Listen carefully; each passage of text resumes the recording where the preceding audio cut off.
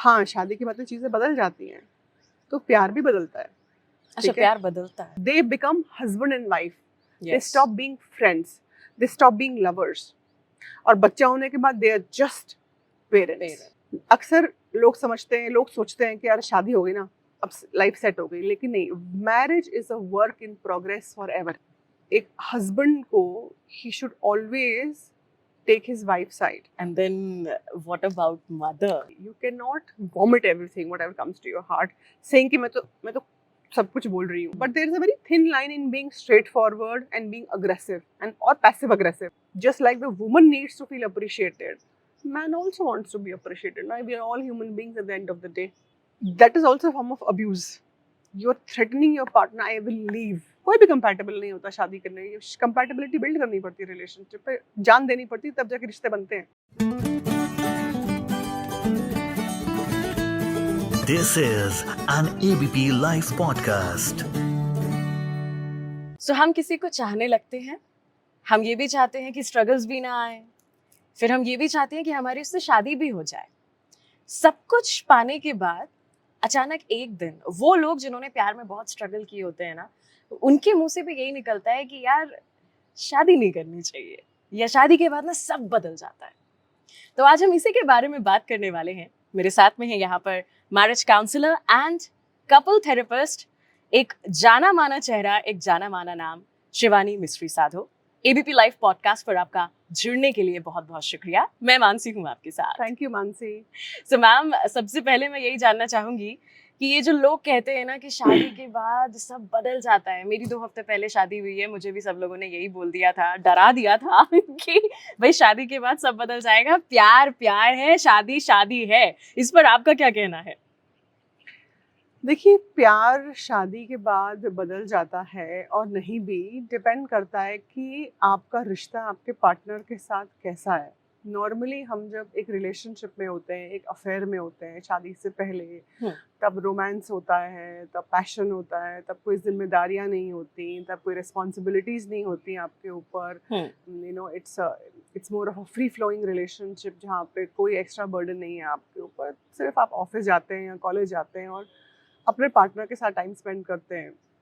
लेकिन शादी के बाद ये सारी चीज़ें बदल जाती हैं, बिकॉज जिस पार्टनर को आप हफ्ते दिन में एक बार मिलते हैं या 2 दिन में एक बार मिलते हैं, बात करते हो आप अक्सर उनसे फ़ोन पे, और जब वो 24 घंटे आपके साथ रहने लगता है, तो फिर मुझे लगता है कि थोड़े थोड़े चेंजेस आने लगते हैं रिलेशनशिप में। लेकिन वो अगेन आप एक कपल के ऊपर डिपेंड करता है कि उनके लिए क्या प्रायोरिटी है। सो शादी होने के बाद नए घर में एडजस्टमेंट्स, इन लॉज के साथ या इन लॉज के बिना, नया घर जो कभी आपने संभाला नहीं हो, आदमी के लिए भी अलग चैलेंजेस होते हैं, बिकॉज उसको एक लड़की को अकोमोडेट करना होता है, और लड़की और उसके जो उसके फ्रेंड सर्कल है वो कट हो जाता है, मतलब पहले से कम हो जाता है या किसी का बढ़ जाता है। उसको लगता है कि ठीक है, अब मेरे घर में बीवी आ गई है, now I can go and roam around, meet friends. लड़की की एक्सपेक्टेशन होती है कि मैं इस घर में अकेली आई हूँ, तुम बाहर घूम रहे हो, तुम मेरे साथ टाइम क्यों नहीं स्पेंड कर रहे, या वो बहुत टाइम बाहर रहते हैं फ्रेंड्स के साथ, अपने रिलेशनशिप को टाइम नहीं दे पाते। तो बहुत सारी चीज़ें ऐसी होती है। लेकिन अगेन कपल के ऊपर कभी कभी ऐसा देखा है कि नई नई शादियों में आप इतना ज़्यादा बाहर आउटिंग्स करते हैं, क्योंकि इंडियन सेटिंग्स में वैसे भी इतना मिलना जुलना, खाने पे बुलाना, इसके यहाँ जाना उसके यहाँ जाना, तो आप रिलेशनशिप को अपने टाइम नहीं दे पाते हो। ओके।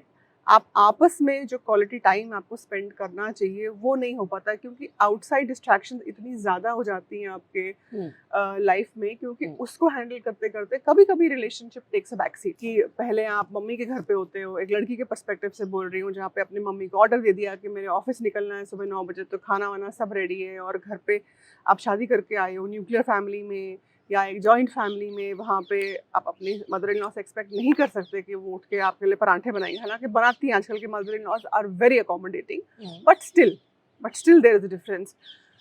तो जहाँ पहले 8 बजे उठ के 9 बजे ऑफिस निकल जाते थे, वहाँ पे आपको 6 बजे उठना है, आपको मेड को भी देखना है, आपको घर भी देखना है, आपको ग्रोसरीज भी देखनी है, ऑर्डर करनी है, या हस्बैंड को बोलना है, लेकिन काम तो काम है ना, at the end of the day वो करना है।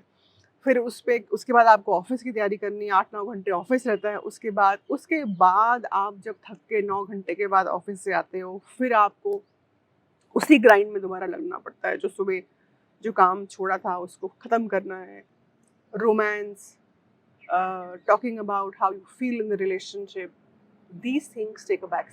फिर आप दिन भर के थके हुए आते हो, फिर आपको चिड़चिड़ापन शुरू होता है कुछ टाइम के बाद। अरे यार कल बात कर लेंगे, अरे मैं कौन सा भागी जा रही हूँ, अरे मैं कौन सा भागा जा रहा हूँ, ऐसी तुम्हें क्या बात करनी है।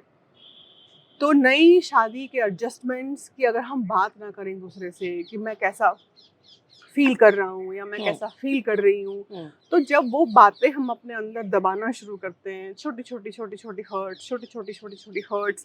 आजकल मुझे लगता है कि यूथ में टॉलरेंस भी कम है चीज़ों को समझने की, as compare to some years ago. जो बातें हम नज़रअंदाज कर देते थे सोच के कि कोई बात नहीं, कर लेते हैं, आगे देखेंगे, वो आजकल की जनरेशन एम्पावरमेंट के चलते, फाइनेंशियल इंडिपेंडेंस के चलते, may be less lack of belongingness के चलते वो कम होने लग गई है। तो टॉलरेंस नहीं है। अगर आपने मुझे कुछ बोला तो मैं क्यों सुनूं? तो जब मैं सुनूंगी नहीं या मैं सुनूंगा ही नहीं, तो फायरवर्क्स के चांसेस बहुत ज़्यादा बढ़ जाते हैं, क्योंकि पेशेंस नहीं है ना। आपको सुनना नहीं है, बिकॉज सुनने के लिए पेशेंस चाहिए। अगर मैं एज अ पार्टनर आपसे कुछ अपना हर्ट शेयर कर रहा हूँ या कर रही हूँ, तो ज़रूरी नहीं कि मैं आपको कुछ बोल रहा हूँ या मैं आपको कुछ बोल रही हूँ, मैं आपसे अपनी दिल की बात शेयर कर रही हूँ। बट कपल्स में क्या होने लग जाता है, जब ये सारी आउटसाइड स्ट्रेसर्स आने लग जाते हैं रिलेशनशिप में, जहाँ वही बातें बड़ी अच्छी लगती थी, मेरी मम्मी ने आज मुझे ऐसा बोल दिया, फिर तुम्हारी मम्मी ने मुझे ऐसा बोल दिया, अच्छा मेरी मम्मी ने तो ऐसा नहीं बोला, तुम्हें लगता है ऐसे, they start to become fights, because आप सुन नहीं पाते हो। फिर ये सारी चीज़ें, छोटी चीज़ें, lack of adjustment, lack of patience, more irritability, lack of romance, lack of emotional connection, जब ये छोटी on a daily basis small erosion जब होते हैं रिलेशनशिप में, तब जाके कुछ टाइम के बाद एक बड़ा झगड़ा होता है। और जब वो बड़ा झगड़ा होता है, उस झगड़े में ये निकल के नहीं आता कि तुमने मेरे को सैलरी नहीं दी, तुमने मेरे को ये शर्ट ला के नहीं दी। उस दिन ये होता है कि मैं तुमसे उस दिन बात करने आया था और करने आई थी, तुमने मुझे सुना भी नहीं। I felt unheard. Whatever I do, whatever I bring on the table, there is a lack of acknowledgement for that. There is a lack of appreciation for that. It is given कि मुझे करना ही है। But ऐसा होता नहीं है। जो भी आपका पार्टनर आपके लिए कर रहा है, जिससे आपको खुशी मिलती है, या जो नहीं कर रहा जिससे भी आपको खुशी मिल रही है, वो उसकी चॉइस है। उस चॉइस को हम एक्नॉलेज नहीं करते। हमें लगता है वो उसका फर्ज है, उसका फर्ज नहीं है, तो चॉइस भी है उसकी। बिल्कुल। अक्सर लोग शादी से पहले जो ये प्यार होता है, इसे कम उम्र का नाम देते हैं, और शादी के बाद मैच्योरिटी का नाम देकर भी कहते हैं कि रिश्ते जो हैं बदल जाते हैं शादी के बाद। कितना सही कितना गलत? हाँ, शादी के बाद तो चीजें बदल जाती हैं, तो प्यार भी बदलता है। अच्छा, प्यार बदलता है, लेकिन प्यार ठहराव भी ला सकता है, और प्यार झगड़े भी ला सकता है। वो आपकी चॉइस है, वो आपका बिहेवियर है, वो आपकी मैच्योरिटी है उस मोमेंट में कि आप इसको कैसे ले रहे हो। अगर आप इस चीज को ऐसे ले रहे हो कि हाँ मेरे पार्टनर ने ये मुझे बोला है, मेरे को सुनना है, एक बार मुझे समझना है उसको, what he or she is going through, let me first understand, then there is maturity in the relationship, then there is stability in the relationship, then there is trust in the relationship, then there is goodwill in the relationship. Okay, he's there for me or she's there for me emotionally. I'm not lonely here. So बदलाव ऐसे आता है। So अगर हम बात करें प्यार और शादी, ये दो अलग अलग शब्द हैं, लोग कहते हैं, जबकि प्यार को चुनने के बाद ही लोग शादी तक आते हैं, उस कदम को उठाते हैं। तो ये प्यार और शादी क्या है आपके लिए? देखिए, प्यार मोहब्बत है, प्यार रोमांस है। लव जो है उसके 3 फेजेस होते हैं। लिमरेंस एक ऐसा फेज है जहाँ पे आप इन्फैचुएटेड रहते हो अपने पार्टनर से, जहाँ पे आप ऑब्सेस्ड रहते हो अपने पार्टनर से, आपको 24 घंटे उसके ख्याल आते हैं, आपको 24 घंटे उसके साथ रहने का मन करता है। सो ये लिमरेंस होता है, ये थोड़ा इन्फैचुएशन से थोड़ा डिफरेंट होता है। Okay. उसके बाद आता है ट्रस्ट बिल्डिंग एंड कमिटमेंट। जब वो लिमरेंस फेज आपका ओवर हो जाता है तो ट्रस्ट एंड कमिटमेंट आता है। उसके बाद फिर लॉयल्टी आती है। ओके, तो ये सारी चीजें प्यार में आती हैं, ठीक है। शादी is itself an commitment that I want to be with this person, he or she, believing and acting on the belief that my marriage with this person, with he or she, is going to be for life, and we are in this relationship for good and bad. Okay. And if anything bad happens, we'll hold hands together, and we'll come out of this mess together. And we will also cultivate a culture of respect, gratitude, and admiration in the marriage. This is the person I want to be with for the rest of my life. That's marriage. Yes, absolutely. And marriage also has friendship. Okay. जो अक्सर शादी के बाद couples की छूट जाती है, वो they become husband and wife. They Yes. stop being friends. They stop being lovers. और बच्चा होने के बाद they are just parents. Parents. That's the sad part. Yes. Yeah. So अब जो आपने ये बात बोली कि शादी के बाद हम या तो पेरेंट्स बनते हैं या हस्बैंड वाइफ बनते हैं, फ्रेंड्स और लवर्स नहीं बनते। कैसे फ्रेंड्स और लवर्स भी रहें इन सारे रिश्तों के साथ? अपने रिलेशनशिप को प्रायोरिटाइज करिए ऑन अ डेली बेसिस। जैसे जीने के लिए हमें खाने की जरूरत, वैसे ही रिश्तों को भी भूख लगती है। ओके। रिश्तों को रिस्पेक्ट की भूख लगती है, रिश्तों को प्यार की भूख लगती है, रिश्तों को अप्रिसिएशन की भूख लगती है, रिश्तों को एक्नॉलेजमेंट की भूख लगती है, रिश्तों को भी भूख लगती है। सो अगर अक्सर लोग सोचते हैं कि यार शादी हो गई ना, अब लाइफ सेट हो गई, लेकिन नहीं, marriage is a work in progress for ever. जैसे आप एक प्लांट लेके आते हैं और उस प्लांट को पानी डालते हैं, अगर आप उसको पानी डालना बंद कर दें, उसको फर्टिलाइज करना बंद करते हैं, वो कुछ टाइम के बाद मर जाएगा। रिलेशनशिप भी ऐसे ही मर जाती हैं कुछ टाइम के बाद, दे बिकम स्टेल। ओके।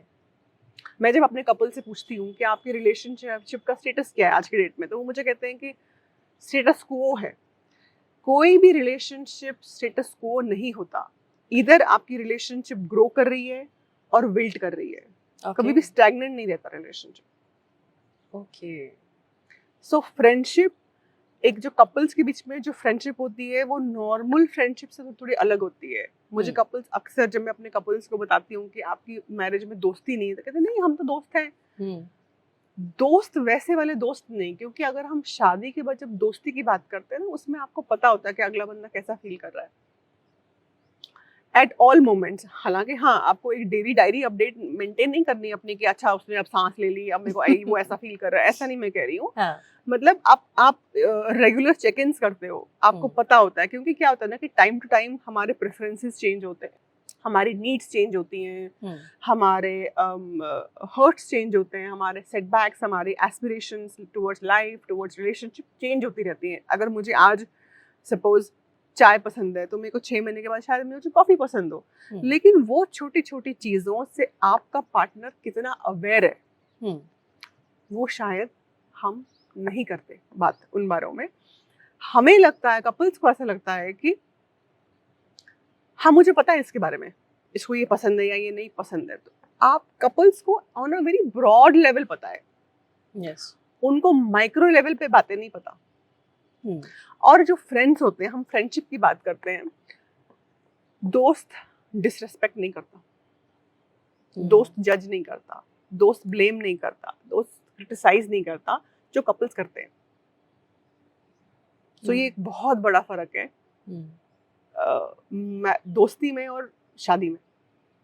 अगर आपको दोस्त बनना है तो आप ये सारी चीजें नहीं कर सकते, बिकॉज अगर ये सारी चीजें करेंगे तो शादी नहीं चल सकती। बिल्कुल। सो अगर अब मैं इस पॉइंट पर आना चाहूँ कि रिश्ते की फ्रेशनेस की जो आपने बात की थी, जो फ्रेशनेस खत्म हो जाती है, सो मेल पर्सपेक्टिव पे अगर हम बात करें, देन फीमेल पे बात करेंगे। So things males men have to remember, the things which have to be keep in mind before and after marriage. मुझे लगता है कि एक आदमी के लिए जब वो एक हस्बैंड बन जाता है, सबसे बड़ी चीज़ जो उसको याद रखनी चाहिए वो ये है कि he has to show up in the marriage. Okay. He has to show up as somebody who is matured, who is logical and with whom his partner can have a logical conversation with. Okay. Solidarity. Okay हालांकि ये दोनों के लिए है, लेकिन जब हम families में जब एक लड़की जाती है तो इंडियन सेटअप में ऐसा देखा जाता है कि छोटे छोटे टीदिंग इश्यूज होते हैं कपल्स के बीच में, specially from the girl side and the mother in law side. So usually the man become the sandwich between the wife and the mother. वो कभी माँ को शांत कर रहा होता है, कभी वो बीवी को बोल रहा होता है कि तुम वो नहीं बदल सकती, तुम शांत रहो. ये स्ट्रेटजी कभी कभी काम करती है अगर वाइफ भी उतनी समझदार हो कि ठीक है कोई बात नहीं, लेकिन कभी कभी नहीं भी काम करती. तो उस केस में एक हस्बैंड को ही should always take his wife side. Okay, because that is one of the ways for him to earn respect in his wife's eyes. And then what about mother? So while doing that, he doesn't have to be aggressive. उसको अपनी mummy से लड़ना नहीं है कि क्या बोल रही हो, ये ऐसा नहीं करती. He has to very lovingly tell his mother that you cannot disrespect my wife. जो usually Indian men करते नहीं हैं, because Indian children are very afraid of their parents. कहने का तरीका आना चाहिए, आई गेस. तरीका आना चाहिए, तरीका ही तो हमें मालूम नहीं है ना. दूसरा, the man should keep the romance alive. Okay Okay, he should appreciate the woman and give her compliments on a daily basis. Okay, and he should tell her that I'm there for you, and not words, because these words have no meaning after some time. If there is no action, words mean nothing. है ना, otherwise ये बातें रह जाती हैं. फिर मैंने ये बोला तुम्हें या मैंने ये नहीं किया, लेकिन ग्राउंड लेवल पे काम नहीं होता है, and that leads to betrayal. Okay From a woman's perspective, I think one, respect is non-negotiable for both the partners. You cannot become disrespectful no matter what. दूसरा चीज, अब इंडियन औरतों में ना प्रॉब्लम ये है कि वो इतना बोलती है ना इतना बोलती है कि उनके मुंह में कोई फिल्टर नहीं होता. They just don't know when to shut up. तो उस चक्कर में ना the man also shuts down. Okay So it is important for the woman to learn to choose her words wisely. You cannot vomit everything, whatever comes to your heart, saying कि मैं तो सब कुछ बोल रही हूँ. मेरे मन में तो जो है मैं बता हाँ, दे I'm रही हूँ. straightforward. But there is a very thin line in being straightforward and being aggressive and or passive aggressive.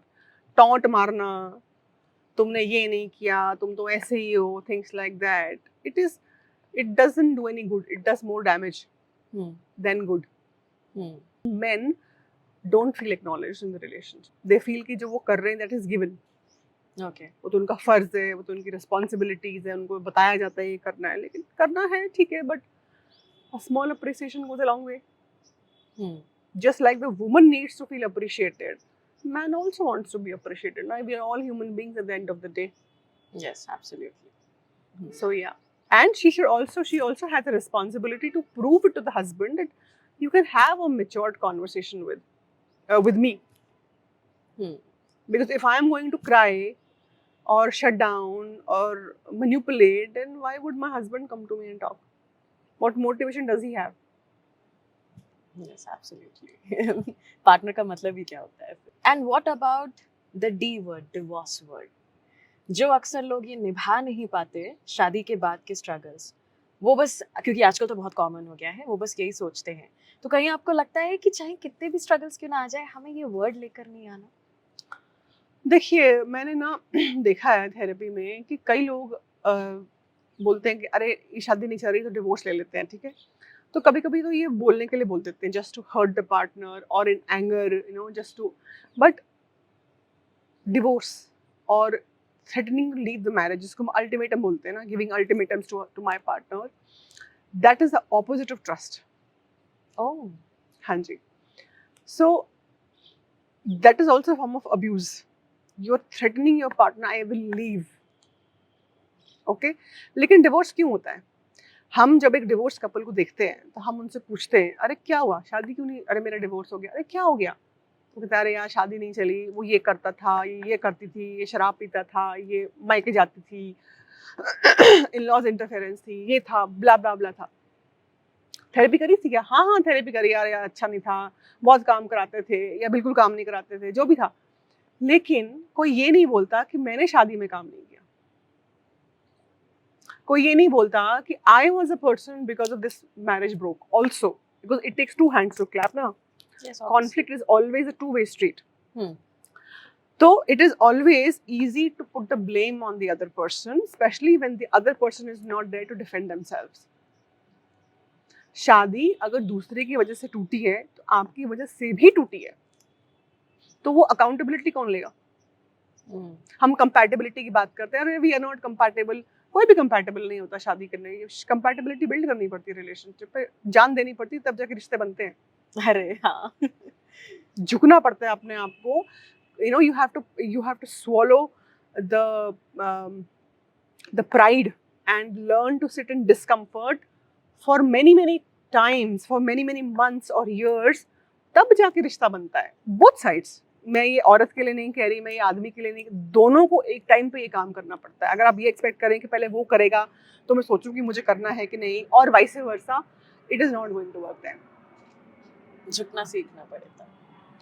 हर बार झुकना पड़ेगा यस, दोनों को, बिल्कुल। क्योंकि रिश्ता इंपॉर्टेंट है। आपको ये समझना पड़ेगा कि मैंने इस इंसान से शादी करी थी क्योंकि इसमें कुछ अच्छी क्वालिटीज थी जो मुझे निभानी, जो मुझे अच्छी रहेगी, जिसके कारण मैंने शादी करी, और मुझे वो शादी में जो क्वालिटीज के लिए मुझे ये रिश्ता निभाना है, क्योंकि मैं इस इंसान से प्यार करता हूँ। आपने और- जो लाइन कही वो मुझे बहुत अच्छी लगी कि रिश्ता इम्पोर्टेंट है, लोग ही भूल जाते हैं। So thank you so much for this wonderful conversation. Shivani Mistry साधो के साथ हमने आज रिलेशनशिप बिफोर एंड आफ्टर पर बातचीत करी, एंड आई रियली होप मेरे जैसे जिनकी नई नवीली शादी हुई है, जो करने वाले हैं, ये जो प्रॉब्लम्स और स्ट्रगल्स को फेस कर रहे हैं, वो आज आपको सुनकर एक अंडरस्टैंडिंग, लव, रोमांस, Respect. दोस्ती, अपनी मैरिज को टूटने से बचा पाए, Absolutely.